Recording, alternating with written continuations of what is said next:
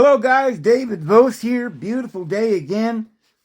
Little bit of clouds going on up there in the sky, and we're hoping for warmer weather and get all this snow melted. Hope you're having a wonderful day.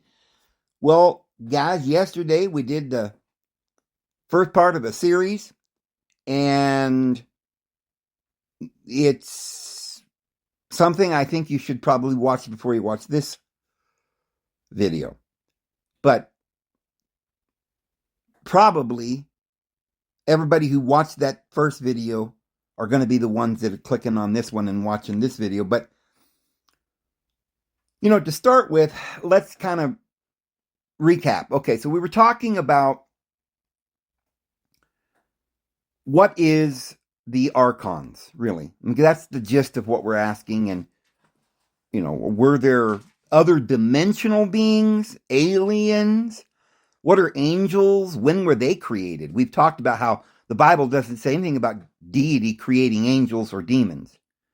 Just the heavens and the earth, and then Adam, and up through the fish, the birds, the mammals, the men.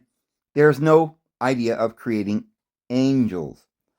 And we've also shown that throughout the Bible, when he comes with his angels, his holy angels, other translations like the Septuagint confirm that they are the saints. And we're not going to go into it here, but just briefly, angels are humans that have white robes. They've got their white robes and their crowns, and they've graduated. You get a robe when you graduate. So, when it says the angels fell, we're talking about pre-humans who were already created immortal beings, as we all were. We're all there with our Heavenly Father in paradise, because in Genesis chapter 1, he made Adim, which is plural, not just one man. And they were one. There was no tree of the knowledge of good and evil. It was just paradise. And they only ate fruit. And there was no idea of death or any curses. Chapter 2 is where Yahweh enters. And now he sets limits and demands and doesn't want them to have knowledge, and certain trees they weren't allowed to eat, and they were cast out and they were cursed and all of that. But notice there in chapter 2, Yahweh doesn't create anything, although it looks like everything that happened in the first chapter is being done in the second chapter, like some kind of a creation, but it calls it a forming from the dust, from the elements. And dust you are, and dust you shall return, and curses, and it's all different. And while it talks about making everything from dust, it doesn't talk about creating. It talks about forming, and it all seems to be in a backward manner. Like before deity Elohim made fish, then birds, then mammals, then man, there was a graduating thing. Man was last on the sixth day. But in this chapter, it seems that Adam is there, and there are no animals, right? There are no animals, and the Lord was creating the animal, or not creating, but forming the animals from dust, and then bringing them to Adam to see what he would call them. So it's backwards. Man was first, then the animals. So that's just a brief note, and we've covered that more extensively in other videos. Chapter 2 is not the creation, because chapter 1, what we call the creation, isn't something being created out of nothing.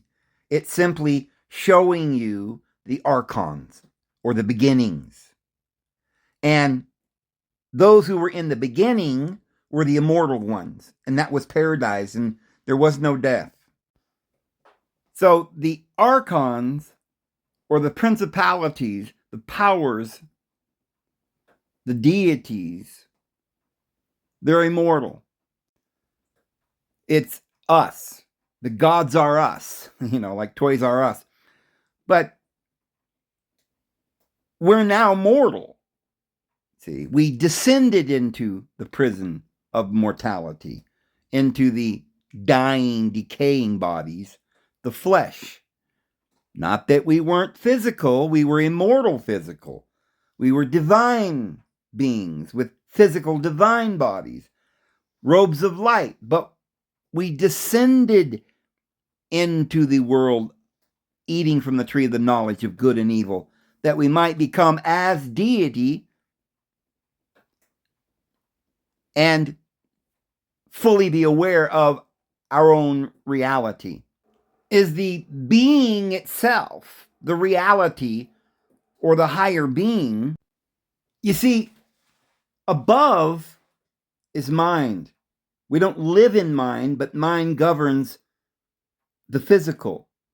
We have feet that walk on the ground, firm stability. That's the collective consciousness.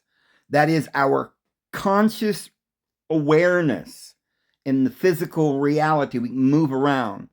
Now, behind us is another direction. We went up, we figured what that is. Down is the firm ground of our conscious awareness. And everything comes up out of that. The grass and the trees and the rocks and everything, and the streams are on that consciousness. Paradise is on our conscious level. But left and right, or behind and before. Behind would be the past on that firm plane. Our past experience that we learned from. And before would be the future or our dreams, the adventure we have not yet found, that we've got to go and conquer the realms ahead of us. But it would just be paradise, up, down, left, or right. It's just paradise, an infinite plane. And by the way, let me just butt in here for a second. I got to tell you this.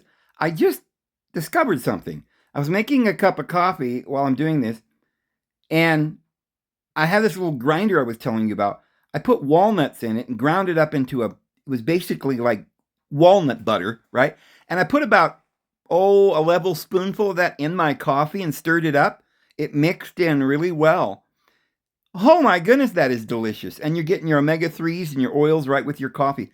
I'm going to start putting that in my coffee.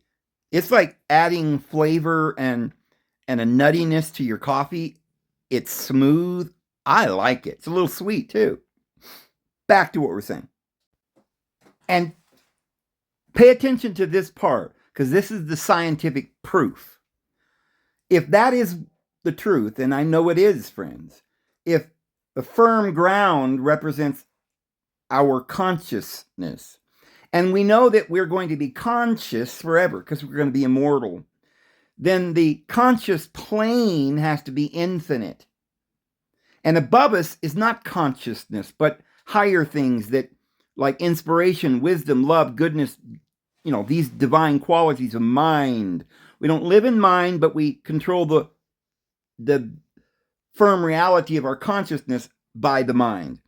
Now, we will get into what's beneath the ground here in just a second. It'll blow your mind what is beneath the firm ground. There is something, but it's not an infinite vast darkness or a vacuum of space beneath the globe, but there is something. So consciousness is eternal, and therefore that consciousness being a plane or a firm ground is an infinite plane, because we're infinite consciousness beings. And all consciousness, we're all one, right? We're all going to be one in Christ. So that is our consciousness is going to be an infinite plane, not another consciousness beyond some vacuum of space in some faraway, other reality. But we're all one. That's what consciousness is. Our collective, the laws of the universe is our collective consciousness. It's not based on some accident or Big Bang or some random events that we don't know why they're there, but it's our established universe as we are the thinker making the thoughts and weeding our garden and keeping the things we like, the beautiful things we want, establishing our collective desire for this to be our reality. It's not random or accidental. We've established this through the trial and error, and this is the whole parable that we're talking about, the Bible. You see, if you ever thought about, well, if the earth is a flat, right, then what's beneath the flat earth? Nothing? Is it floating in outer space just like the globe? No, there is nothing, not even blackness, not even a void. There's nothing beneath the firm ground. Beneath the earth is not the other end of a globe where there's China. And above us, as high as we can go, is mind, wisdom, truth. That's there, but it's airy and invisible. But beneath us, it's not just invisible, it's nothing. Beneath the firm ground of consciousness, there is unconsciousness or nothing. There literally does not exist anything. I mean, the earth itself is a deep physical realm. And yes, if you went down probably thousands of feet, you'd get to nickel and lead and uranium. I get it. But then you break through into what? Nothing. There's nothing beneath the earth. It's an infinite plane with nothing beneath of it. Nothing means it never existed. The only thing that exists is our consciousness. Now, I don't mean everything exists down there, because consciousness is that from which everything comes from. You know, we are conscious beings, aware. Reality is made from our consciousness. Beneath our consciousness, there is nothing else. Uncreated, doesn't exist, not even blackness or any space or empty space, just nothing. So there's nothing beneath the earth, below a few thousand feet when you get down to the uranium and the hard metals, and then you're just, that's it. There's nothing else. And chapter 2 is after Yahweh and his law and his curses demanded that these two, first of all, split them in half. I know we covered this so many times, but we got to say it this way for people who have just tuned in. Yahweh didn't take a rib from Adam and make Eve. That's what it is translated in our Bibles. But the word rib is other half. It literally means opposite side. So he took one half of Adam, male and female, man and woman. They're opposites of each other, but exact opposites, and one half on each side. So that is the higher consciousness being split from the lower consciousness. And from that point forward, it's the conscious mind, or Eve, that partakes of the fruit of the knowledge of good and evil, and then gives it to her husband also. And both of them had their eyes open. So it's the conscious mind that goes through the wheel of knowledge and partakes and gives the spiritual being the knowledge. Now, what we're discussing here is, who are these individuals that the Bible calls the angels that sinned in Jude and Peter, and somehow these beings can have relations with humans, whatever these angels are. And we're trying to discover what the angels were, since they were never created. They're all of us in our pre-mortal existence. So when we talk about things, we use words today like angel and man. Not the correct words. It's leading us off the path. We talk about gods and non-gods, humans. But in reality, the Bible makes it clear that humans are divine. So we're not talking about some are divine, some aren't. We're talking about some are immortal and some are mortal. And what is mortal? It's a probation. And who was mortal? Anyone who made a mistake, anyone who sinned and was capable of sin or going the wrong way, for their own protection, had to become mortal. Because if you did things in the eternal world that was evil, you would immediately receive eternal judgment. If you're an eternal being and you know everything and you're divine and you commit a sin willingly, it isn't just a mistake. You're in a place where you know exactly what you're doing evil on purpose, then that would not be something you could recover from, because the divine justice would have to give you eternal death. Because remember, what you were is an immortal being, meaning you could not die. It's not possible that you could die. You are immortal. You have life within yourself. You're an immortal being. All beings are immortal. So no one could punish immortal beings because they can't die. They can't suffer. They are divine. They create their own reality. The problem is, if they're divine and creating an evil reality, they're creating suffering for themselves. And if they're creating an evil reality, that is a delusion, because the universe is all divine in one. How can the divine one being be in ignorance of itself? Well, only by splitting itself in half so that the conscious mind and the spiritual mind is separated, so that they would lower their vibration. And even though they still are the divine immortal being, they are hiding or imprisoned in their own illusions.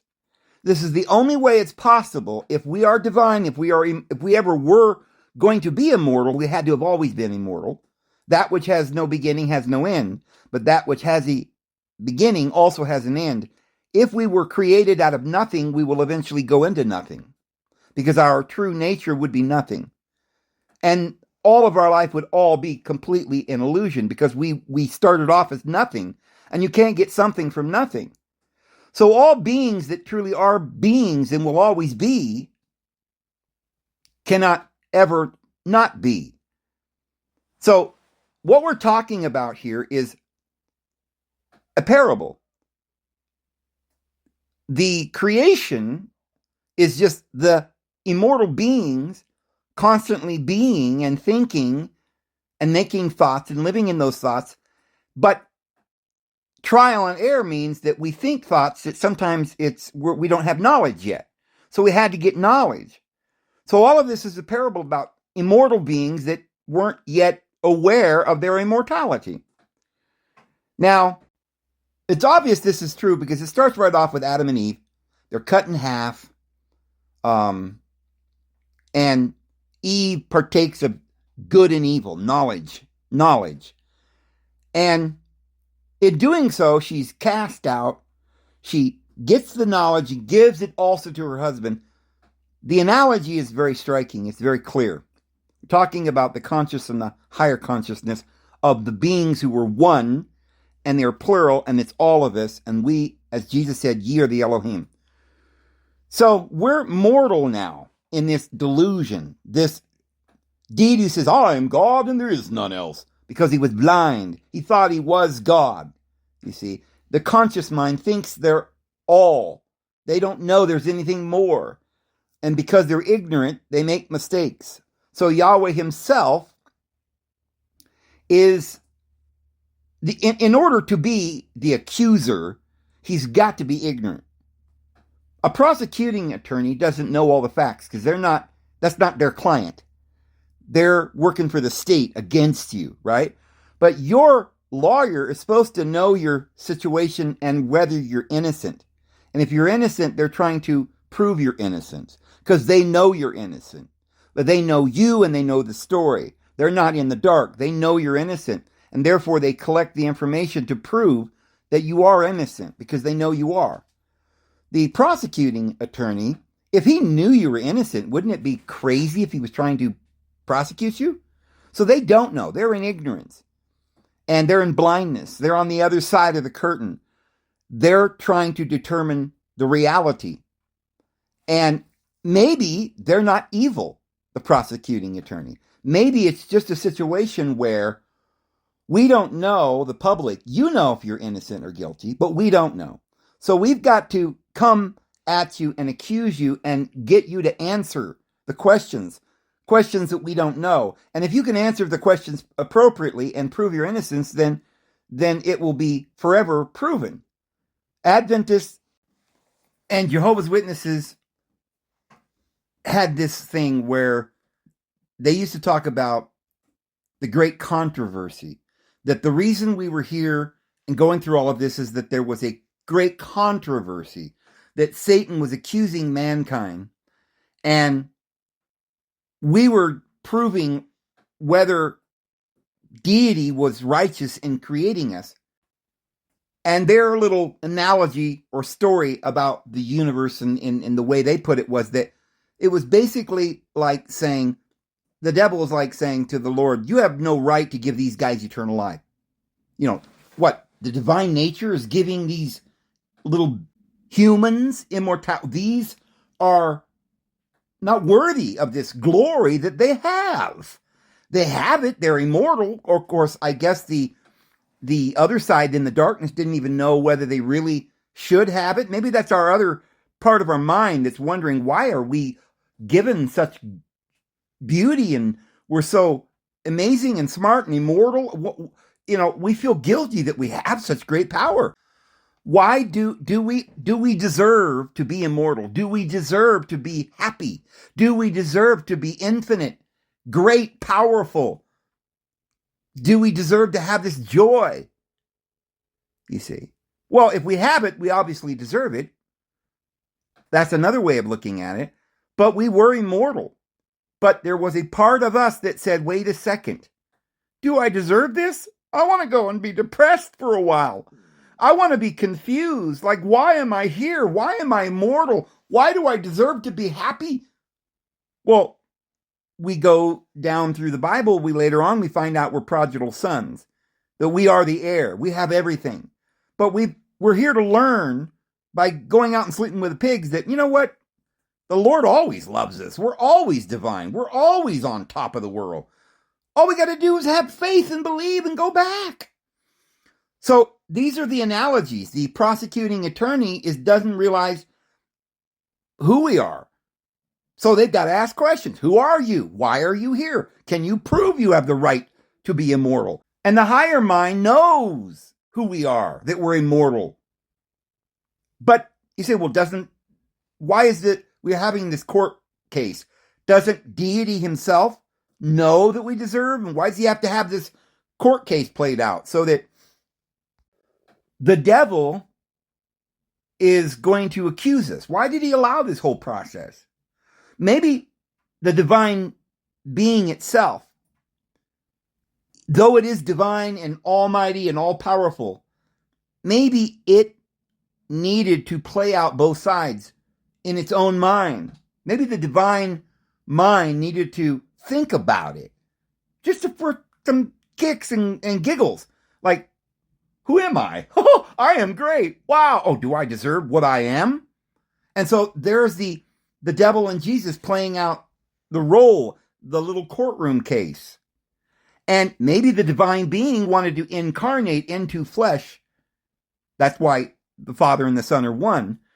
So he could experience this pain and suffering to find out his potential. You might have all the potential in the world, but until you try yourself, you don't know. I mean, you want to see it. Let me see it, right? Somebody tells you, I got a beautiful 1969 Buick out back. You want to buy it? Only $10,000. It's like brand new. You're like, okay, I want to see it, right? Well, you don't take his word for it. And in a sense, that's kind of the way it is. The conscious mind that's only conscious right now of one thing or another, it doesn't know everything. But we got to have the conscious mind too. And the conscious mind doesn't know if they're worthy. They don't remember themselves in the infinite all. And so there's this whole analogy that what we're basically saying is that the universe is fine. The universe is immortal.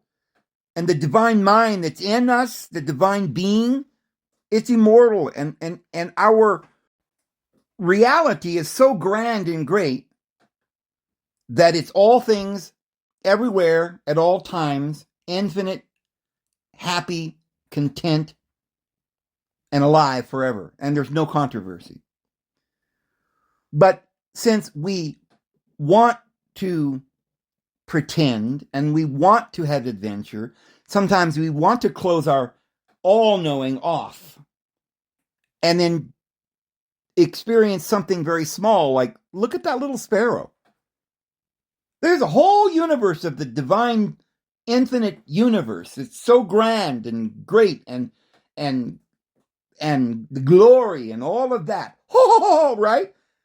Everything, not just one bird, but alligators and elephants and trees and moss and the stars and the moon and all the grandeur and the glory of all. But here's this little sparrow. There's a little bitty sparrow. Maybe he's got a little sparkly colors on his wings that fascinate you. Maybe his gliding through the air is pristine and awesome as he lights down upon a little branch.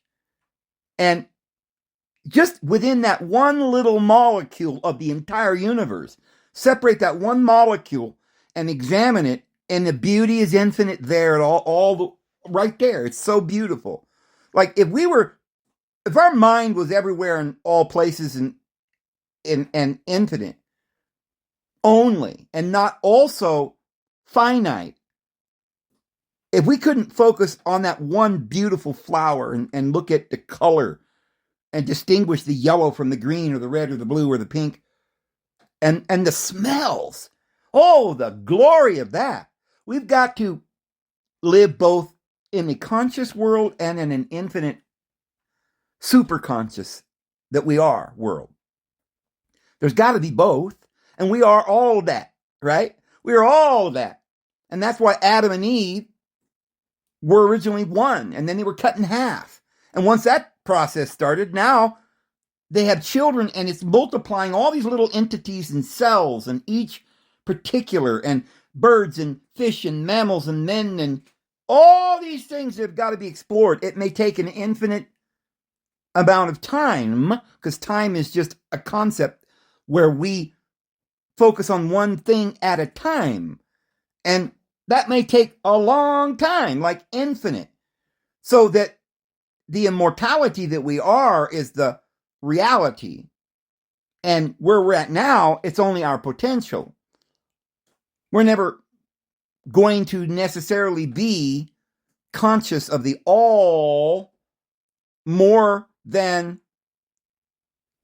a split second, if that, because we've got such an infinite number of things we want to be. One of the things we want to be is the all. Okay? We be the all long enough to know what the all is, and then we're like, wait a minute, do I want to know about some aspect of the all? Then that's going to take a certain amount of time in our mind to focus and to more or less go down from that height of all to this little branch and sit there with a bird and look at the bird and ponder and be a bird or be a tree or a blade of grass. We want to be all. We are all, but we've got to be conscious of each and everything. So this is what the real truth is. And all of these other things are parables. The fact that we're in a prison because some angry person put us here is only a parable that our conscious mind was confused because it didn't know the all. So it began to question. You are questioning yourself. Once you realize that this is the reality, that you do know more than you think you know, and you are more than you think you are, and you are right now in heavenly places, sitting on thrones with Christ, beholding the glory of the Lord in his presence right now. Outside of time, that's where we are in reality. But in time, in this little illusion, we're in this one little scene. Take one, action. This is the adventure. Let's pretend we're just this little mortal. Sometimes we, I guess, pretend that we're enemies of all that is good. Because we want to know, what would it be like if we were nothing? Like, what is pain?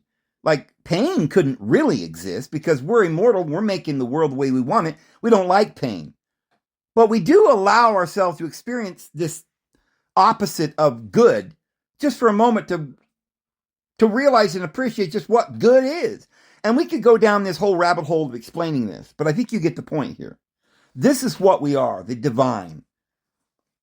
Outside of all the pain and all the learning in the classroom or prison house or whatever it is that we're in, understand that the reason there's a court scene here is because we're really innocent and we just want to understand that. We want to know that within ourselves, that we deserve being here, that we're happy because we don't feel guilty, that we've cleared ourselves of like, how dare we assume or accept the fact that we are deity?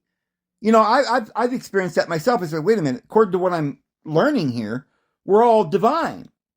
You know, I could rightly go out into a crowd of people in San Francisco or New York or some town and walk down the street and I could look at all these poor fallen souls, you know, wreathing in pain, and look at them and say, I am God.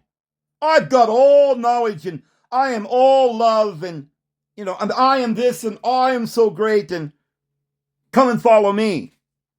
But I'd be like, I ain't, that's, you know, almost like blasphemy. I don't want to, you know, I don't want to imagine that I am all that, right? And now I got to prove it.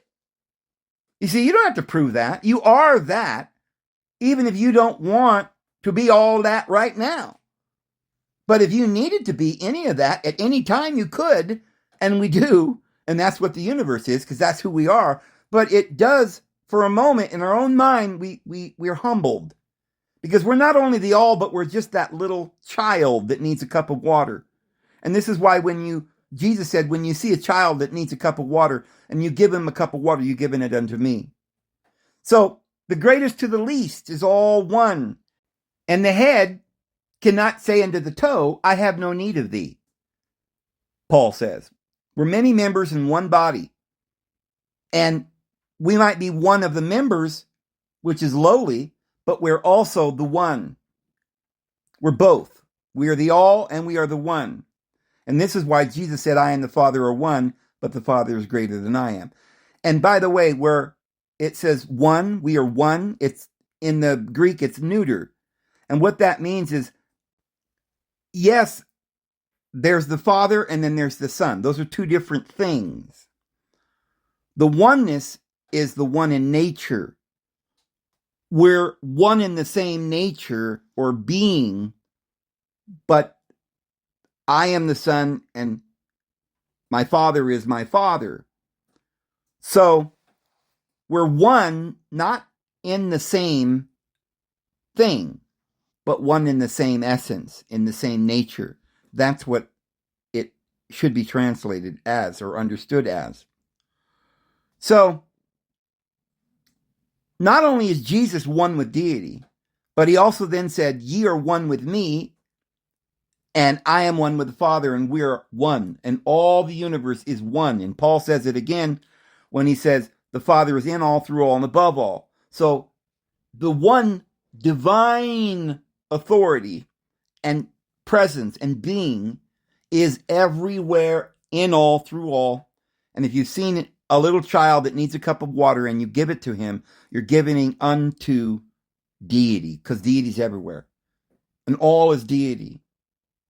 And therefore all is love and all is good. But that's what we are in our essence.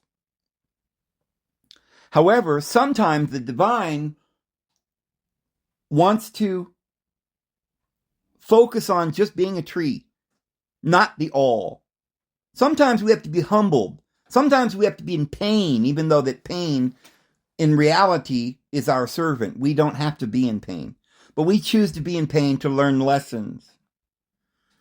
Sometimes the divine being that's in all is me, and I'm experiencing, the divine being is experiencing me and my life and what I've gone through and my particulars.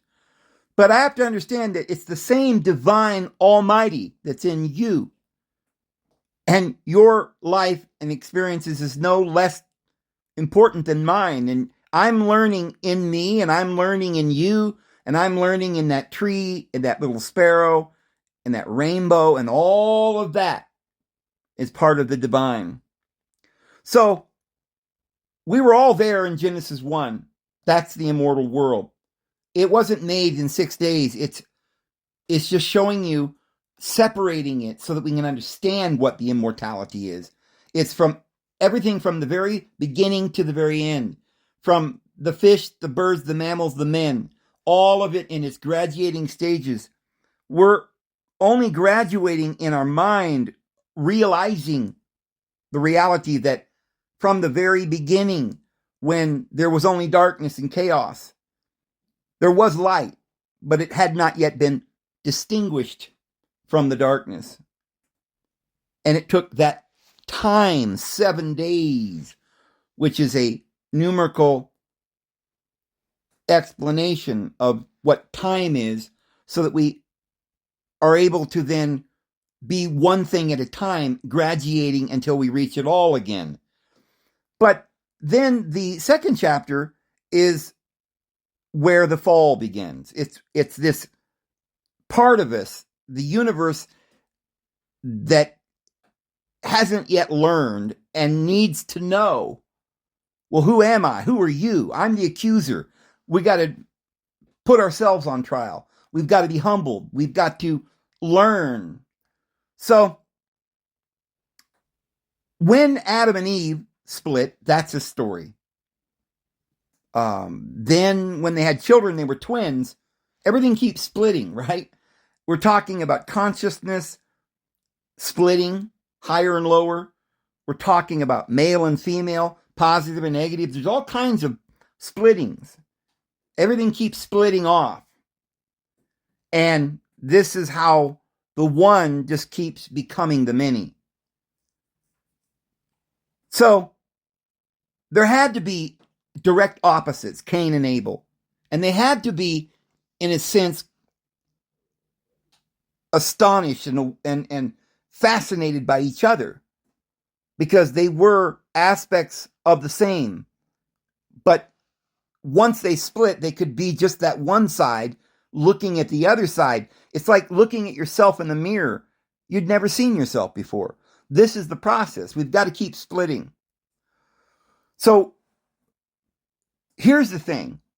One of the biggest questions is that I want to answer eventually is this paradise, this eternal glory that we're going to go to, is it somewhere beyond a rainbow, or is it simply what we have now? Is this the process awakening to our own reality, that time and space is an illusion?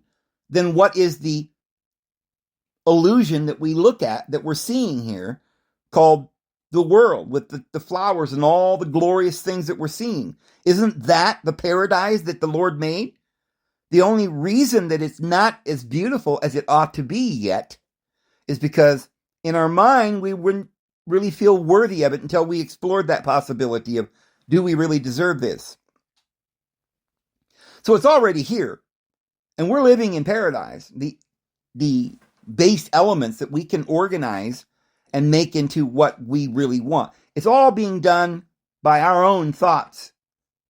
We have to raise our vibrations and allow ourselves, permit ourselves to have this glory. Feel as though we are allowed to be happy. Right now we think, do I even, I am God, right? But do I deserve to be God? Yes, you do, but you do have to, in order to be humble, you do have to consider everything. You really need to realize what's the difference between you are deity and I am deity, and I respect that side of myself, and you respect this side of yourself, but I still like being me. And this aspect of the one, I could just be a little child for a while. I like being a dog and running and playing, or a bird and flying. And I'm not going to say I'm better than you, or you're, this is the whole process that we're trying to work out here. So there can't be anything more than the all.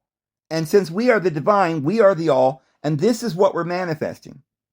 Angels is simply just us there in paradise. An angel is just another way of saying that's our divine immortal being. That's us in the awakened reality, who we really are. A spark of the divine light, one ray of the divine sun, our aspect that we're going through right now, knowing that we were once that and we're going to be this, but we're all. But right now, each and every ray of this divine sun is holy and beautiful, and we got to come into harmony like music or like the colors of the rainbow. All the parts need to live together in peace and harmony. Like, the song, ebony and ivory live together in perfect harmony, right? It's got to be that way, and it's going to be that way, but it will happen, not in time necessarily, although time is part of it, but what we're really talking about, it will happen when we're able to accept it and receive it.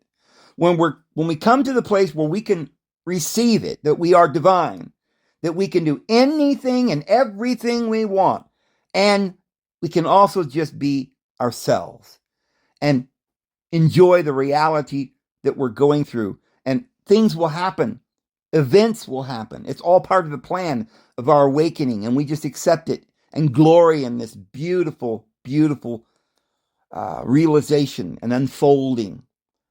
So the angels that sinned is just a parable of us who left our first estate and came down into this darkness, into this prison house, and did something that was contrary to the light. Well, we had to, just to see what this darkness was, right? I'm not saying that we came down to do evil things. We didn't intend to do evil things, but we did have to come down into mortality, into a world ruled over by a lower ego that was vengeful and hateful, an accuser. That it was a questioning process. It was an understanding. It was a learning. We were learning ourselves. That's why we're here. We're the accuser. We're accusing ourselves. We're veiling ourselves off from that beauty and light that we know we are, but right now we don't want to know that. We just want to know what it's like to be a little bird, flying through the air, soaring to heights, not thinking about anything else, but just being that aspect of ourselves.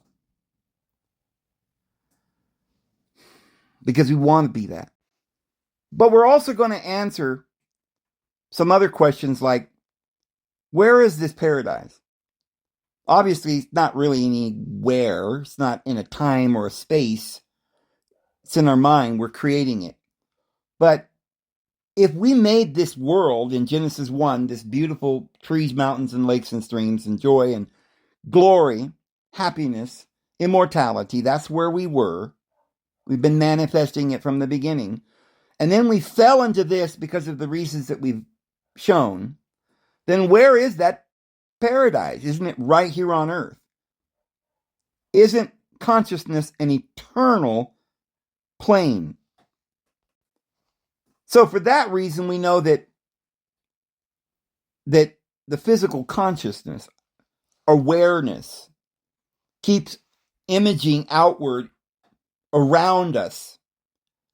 And while it may imagine things up, down, and left and right, what we would imagine down because of the laws of our own mind and the universe, kind of like Newtonian physics, is that down would be something to support us. We would have to have a foundation, the stability to lift, to keep us up. So wherever we would be in the universe, we would imagine being held up firmly so that we could stand. Or else, why would we want to exist if we're not going to stand? Standing is our concept of being. Standing on firm ground. Above us has got to be lights and stars and brilliance and rainbows and birds flying free, that would make sense. But how high would it be? It would be as high as our mind would eventually imagine. But again, we wouldn't want to live consciously in things like aerial things that were like wisdom and goodness and love. Those are the things above us. They're aspects of ourselves, very important aspects. They actually rule over us, the wisdom, the cosmic powers. And yet, that's part of our own being.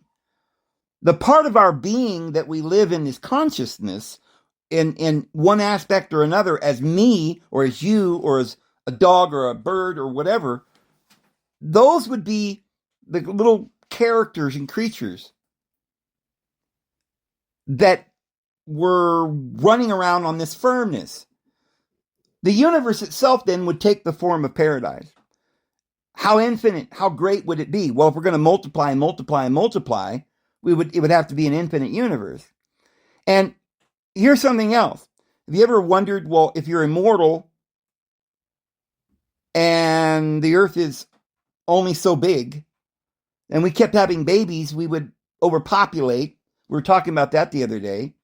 And then that would be a problem that the universe had made for itself, that we have no room. Why would be all the room be out there in nothingness, in the darkness of space? Wouldn't all the room be available for bunny rabbits who could multiply forever?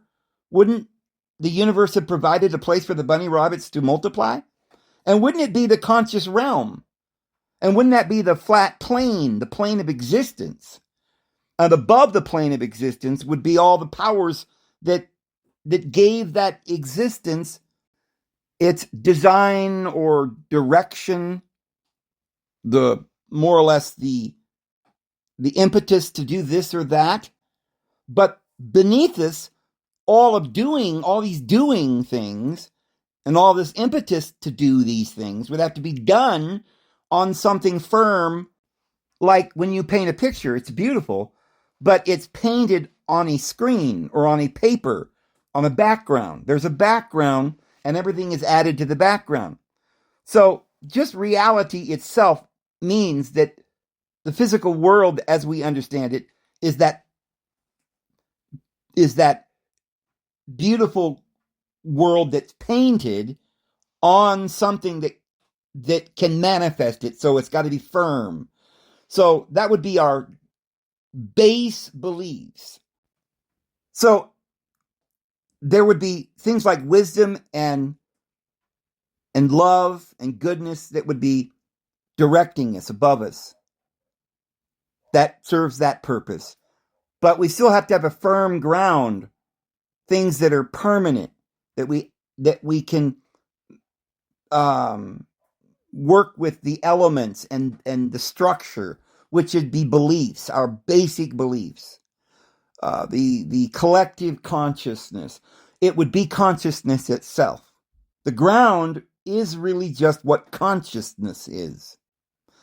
And what comes up out of the ground is our awareness. So flowers that bloom, they're beautiful, like ideas, but then they just come and they're just everywhere, beautiful ideas, trees and plants and colors. All of this is ideas, we could say.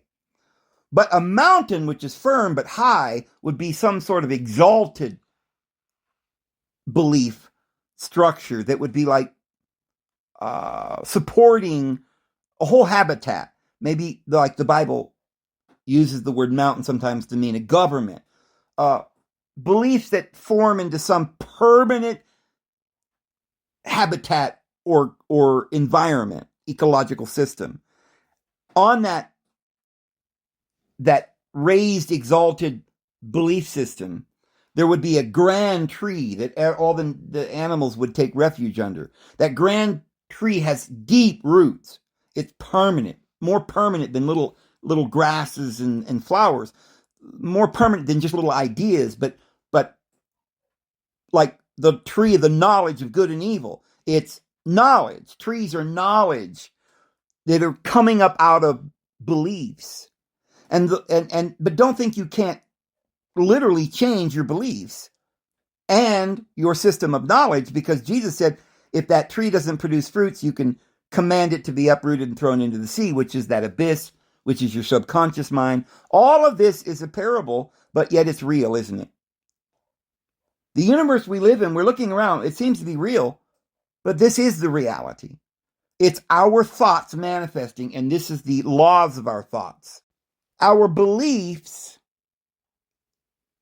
are more permanent.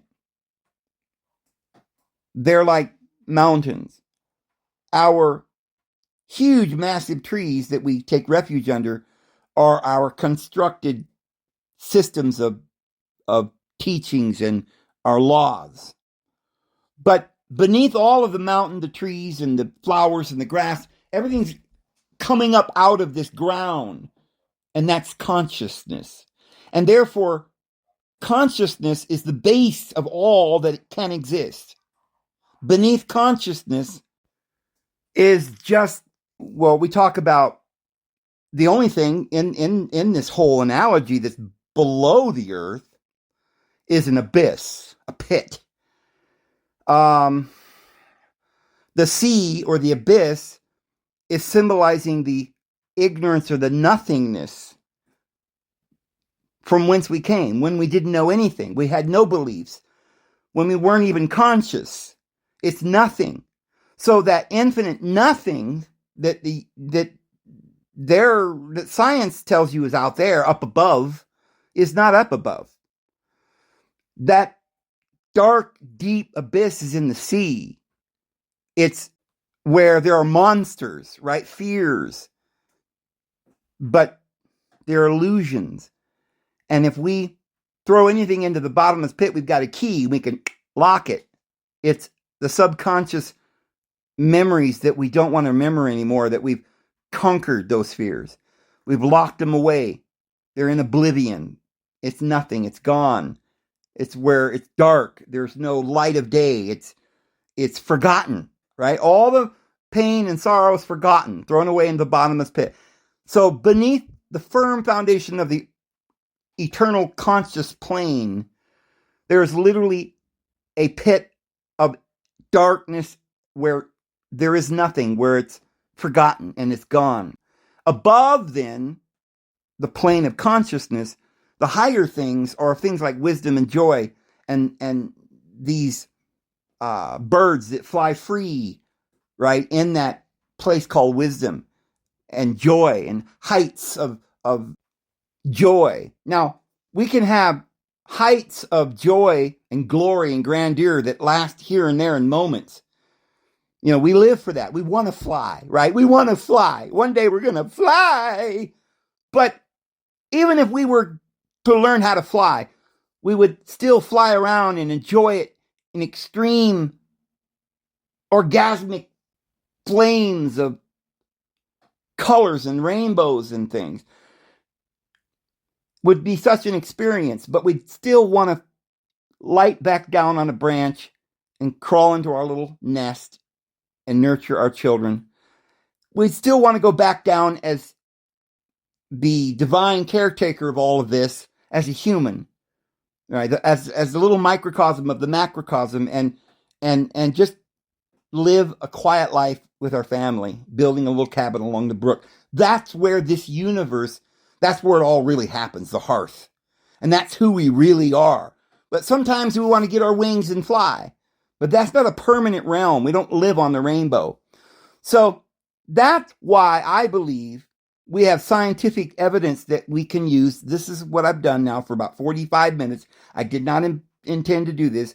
I still haven't even got to the video I did yesterday because that's where we're going to take off from here. Because what we want to do is to prove then that if I'm right scientifically and theoretically, potentially what I'm saying is all true, and these symbols mean what I'm saying they mean, then these angels are just us in our immortal first estate.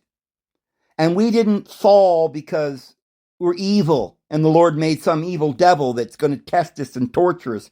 But we're testing ourselves. This is just an experience. And at any moment or any time, we can soar like the birds in the sky.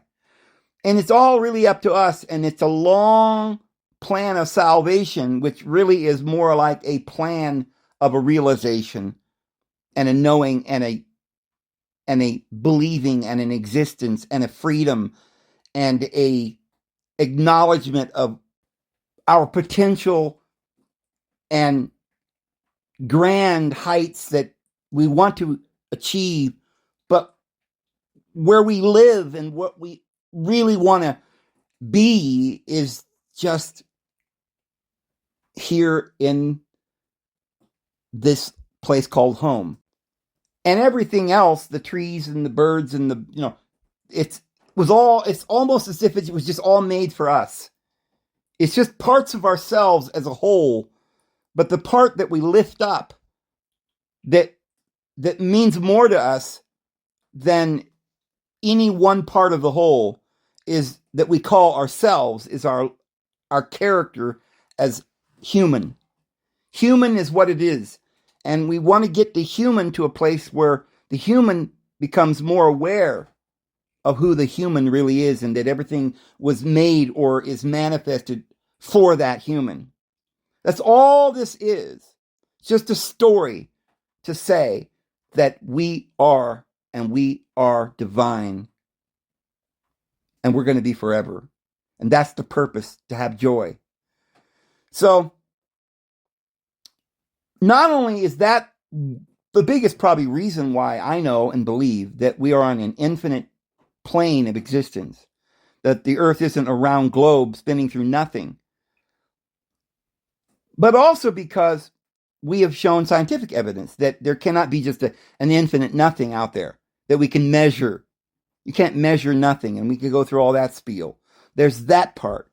There's the third part that the Bible itself says, and all the traditions and beliefs and mysteries of the past nations and their beliefs, is that this place that we were thrown out of, the perfect place, is the center of this place, of the infinite plane.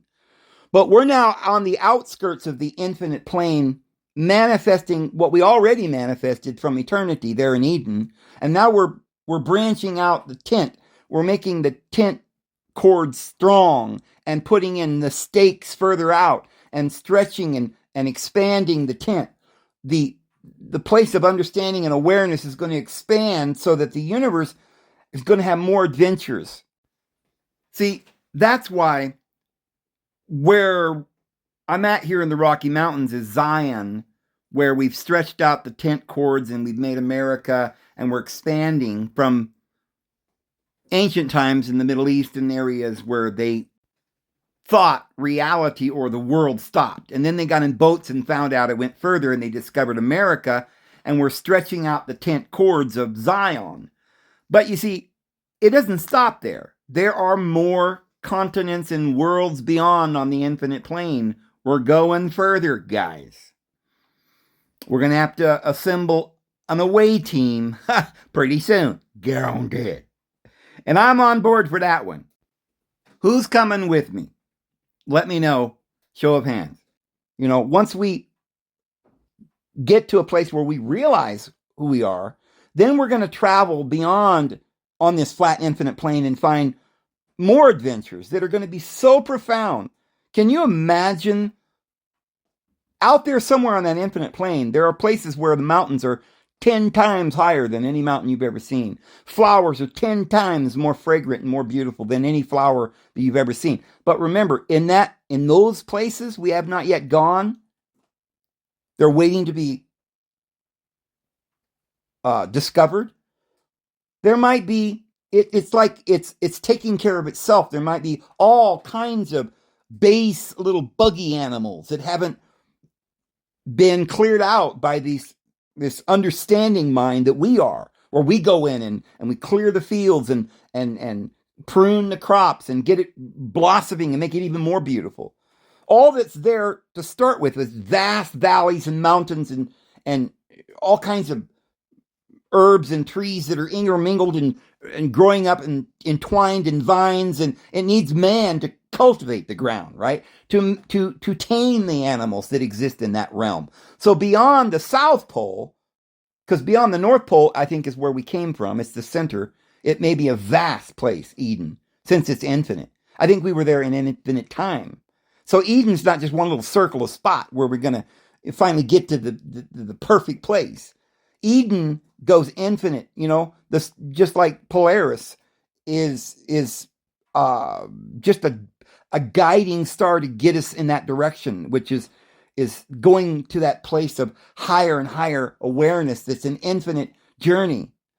But at the same time, we have children and they go out in the other direction, exploring and our home here in the infinite world, we're now watching our children grow. We produced billions of children, and now they're out there in that infinite plane, organizing and creating and widening the tent of the wisdom and love that we've learned and handed on to our children, and they're carrying it further and going out beyond the South Pole and the lands of infinite growth and potential that we're going to eventually have. That is logical, but we're going to show that it is exactly the story that the Bible gives us, that there is no aliens from some other infinite vacuum of nothing, that somehow we can measure this vacuum of nothing and the extreme temperatures and all the ignorant ideas that we're being told about this. The infinite is that way, into nothing, right? But this beautiful creation of earth and paradise, that's not infinite. It's just a little speck of dust in the middle of nothing. It's probably going to blow away. That's all backwards. So we're going to take a look. Now we've gone just about an hour talking about this, which turned out to be more of a prelude to the second half of what we did yesterday. So I'll have to wait until tomorrow to give you what I had been going through yesterday in part 1 that was going to be part 2, but now apparently is going to be part 3, because I got carried away this morning thinking I needed to explain why in the end we're going to find out that we are the angels. There is no aliens, that we're living on an infinite plane. And I hope that did help. But we'll take it up here again tomorrow and get right into the second part, which is going to be the third part of what we did yesterday, which is the first part. Does that make sense? Oh, glory be. Wait till you get all of this. I know we can't explain it all in one video. So that's why it takes a lot of videos. We've been doing this for years, and little by little we're putting forth the evidence, clearing out the weeds in our mind and beginning to understand who we really are and what the Bible's trying to say. So I'm going to leave it here, guys. You know the Lord loves you all. His grace and His peace will be with you all. I'm going to go ahead and go. We'll see you tomorrow. Have a good one.